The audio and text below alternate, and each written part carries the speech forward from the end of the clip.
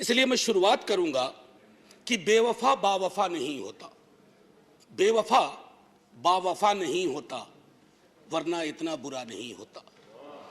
हमने तो सोचा था, बाद लुटने के ये पता चला कि रहजन रहनुमा नहीं होता। खैर, बहरहाल सर, मैं कुछ छोटी छोटी चीजें इस संदर्भ में रखना चाहूंगा।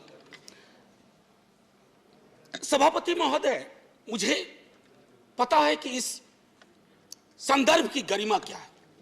राष्ट्रपति का अभिभाषण एक बहुत बड़ी चीज होती है, देश का एक ब्लूप्रिंट होता है, एक दिशा और दशा देने की कोशिश होती है। हम विपक्ष में हैं, लेकिन देश की दशा और दिशा से चिंतित अगर हम हैं तो अभिभाषण की पंक्तियों में भी वो चिंता की लकीरें दिखनी चाहिए थी। जब वो चिंता की लकीरें नहीं दिखती हैं तो एहसास होता है। कभी कभी मैं सोचता हूं माननीय सभापति महोदय कि महामहिम सोते जागते अपने सलाहकारों से बात करते, टेलीविजन देखते, सोशल मीडिया देखते, संवाद करते, क्या उनको नहीं लगता होगा कि देश के विजुअल्स बहुत अच्छे नहीं है? छात्रों पे आंसू गैस के गोले क्या मांग रहे थे? चांद नहीं मांग रहे थे, नौकरी मांग रहे थे। और वो 2 करोड़ वाला भी नहीं मांग रहे थे, कह रहे थे बाकी वाला बचा हुआ दे दो। आपने लाठियां बरसाई। तो मैं ये सोचता हूं कि महामहिम के अभिभाषण में अगर इस तरह की चिंता ना हो तो सर, भाषण ना कागज का पुलिंदा लगता है और अच्छा नहीं लगता है उसे कागज का पुलिंदा कहना। दूसरी चीज माननीय सभापति महोदय, कोरोना पर मैंने विस्तार से इस सदन में चर्चा की है।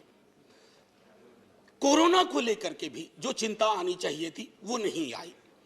अब आइए अर्थव्यवस्था के बारे में मैंने कहूं, बजट को उसके लिए मैंने तय किया हुआ है, लेकिन मेरा मानना है कि सन 50 से लेकर अब तक किसी की भी सरकार हो, मैं जानता हूं ये लिखा कहां जाता है, लेकिन जहां लिखा जाता है मैं आग्रह करूंगा कि अगर हम सोच सके सत्ता पक्ष और विपक्ष, तो राष्ट्रपति के अभिभाषण को दलीय दायरों से ऊपर कर दीजिए।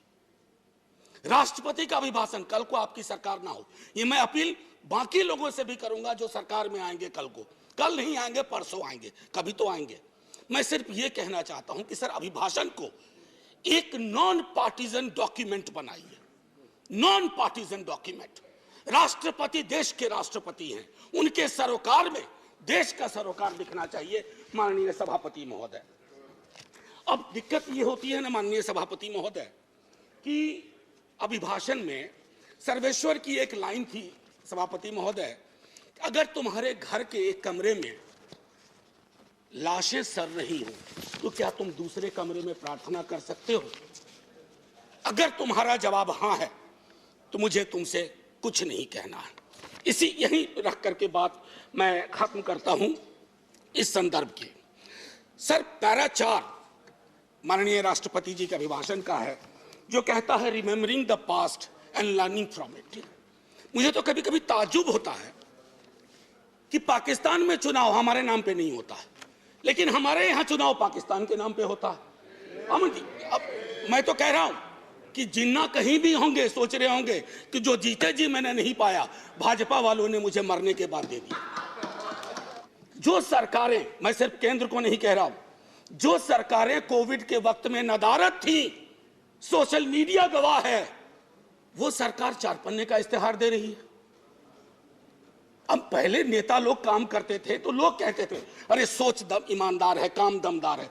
अब लगता है दूसरे का भरोसा नहीं, खुद ही छपवा दो, सोच ईमानदार काम दमदार। अरे लोगों को बोलने दीजिए। अब देखिए सर, दूसरी चीज कोविड के संदर्भ में मैं आपको कहूंगा, जब आप कहते हैं ना कि फलाने की तुलना में यहां इतने कम मरे वगैरह, 18 से तुलना करते हैं, सर जिन परिवारों के चिराग गुम हुए ना, उनके लिए मौत आंकड़ा नहीं है सर। मेरी बेटी की एक साथ में लड़की पढ़ती थी, 2 बेटियां थी, माता पिता 1 हफ्ते के अंदर दुनिया से चले गए। उसको नंबर बताएंगे हम कि ये आंकड़ा है तुम्हारे बाबूजी का, ये आंकड़ा है तुम्हारी मां का। ये नहीं होना चाहिए सर। इतनी तो संवेदनशीलता होनी चाहिए, सरकार किसी की भी हो सकती। सर, नॉर्थ ईस्ट के बारे में चर्चा हुई, 14 सिविलियंस की बर्बर हत्या हुई। क्या वो भारत के नागरिक नहीं थे? क्या उनके लिए एक शब्द नहीं होना चाहिए था? इसलिए मैं कह रहा हूं कि अभिभाषण सादा डॉक्यूमेंट ना हो, दर्द और पीड़ा हो, उसमें सब कुछ हो, ताकि वो हमारा अभिभाषण हो, आपका अभिभाषण हो, सबका अभिभाषण हो। बस इतना कह करके सर, जय हिंद।